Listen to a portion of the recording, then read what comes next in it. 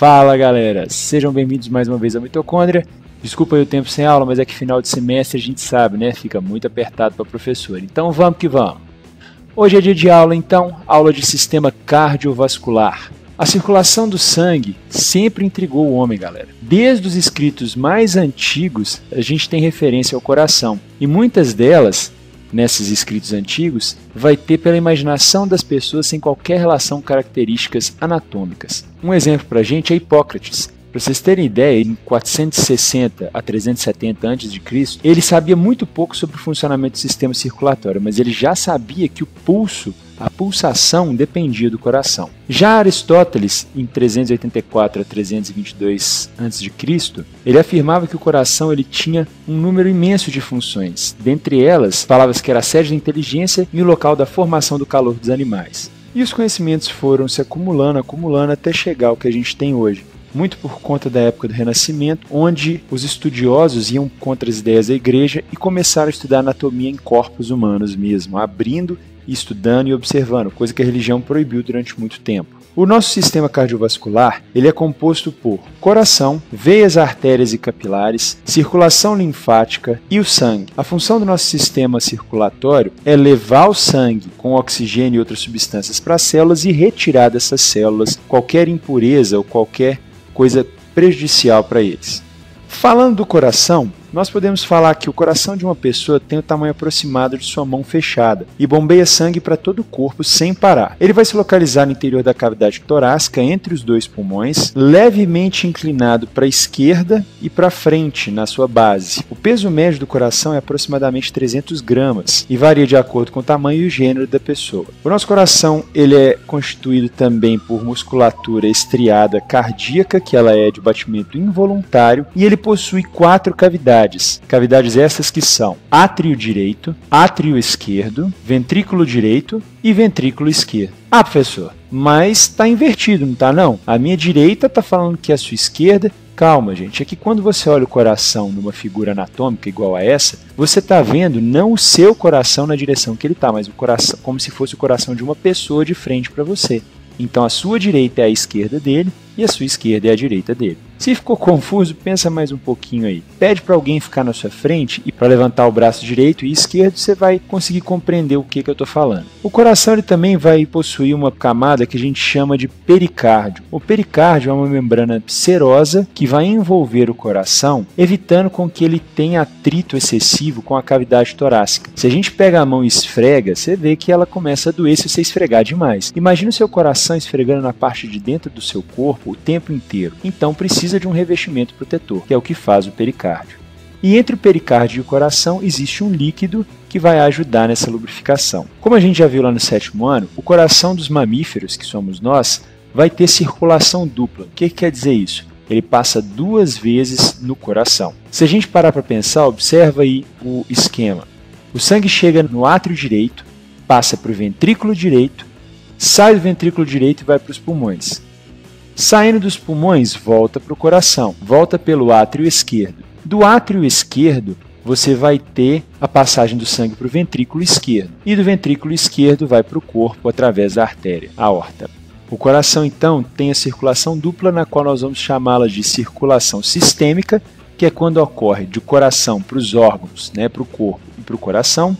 E a circulação pulmonar, que é coração, pulmões, coração. A circulação sistêmica é chamada de grande circulação, só pensar no percurso que ela faz, né? Coração, corpo, coração. E a circulação pulmonar vai ser chamada de pequena circulação, também pelo trajeto que ela faz. A gente considera um ciclo cardíaco quando nós temos uma sístole, que é a contração, e uma diástole da câmara do coração. Então, se o meu coração está batendo e ele fez uma contração da parte de cima e depois relaxou, é considerado um ciclo cardíaco, né? Então é quando ele faz aquela batida lá, tum-tum. A cada 2 batidas nós temos um ciclo. Esse ciclo precisa de mais ou menos 0,8 segundos para acontecer. E ele tem uma frequência média de 75 batimentos por minuto. E isso quando a pessoa está em repouso, né? Esse batimento cardíaco médio por minuto, ele varia de pessoa para pessoa. Isso depende da idade, depende se é sedentário, se faz exercício. Geralmente as pessoas que são sedentárias tendem a, em repouso, ficarem com batimento cardíaco maior, enquanto aqueles que costumam fazer exercícios físicos com frequência, eles tendem a ficar com batimento cardíaco um pouco mais baixo do que 80, 75 batimentos por minuto. Para você observar o batimento cardíaco, basta você colocar o seu indicador e o seu anular logo abaixo do seu polegar, segue a linha do polegar, vai seguindo até a região onde vocês estão enxergando aí na imagem, para você conseguir sentir os batimentos cardíacos. Você tem que colocar a ponta do dedo e fazer uma leve pressão. Se você não sentiu, não precisa ficar preocupado achando que você está morto. Vai treinando, uma hora aí você vai encostar numa área que você vai sentir o batimento. A gente falou de coração e não tem como falar de coração sem falar de vaso sanguíneo. São 3 os tipos básicos de vasos sanguíneos, onde nós temos as artérias, veias e capilares. As artérias são vasos com parede relativamente espessa e cheia de músculo. As artérias elas vão ter uma parede grossa e tecido mais elástico, galera, porque elas têm que resistir a altas pressões do bombeamento do coração. Imagina a pressão que o nosso coração faz para jogar o sangue para o corpo inteiro. Agora imagina se a parede da artéria fosse fraca e arrebentar rapidinho, né? Principalmente aquelas que estão mais próximas ao coração.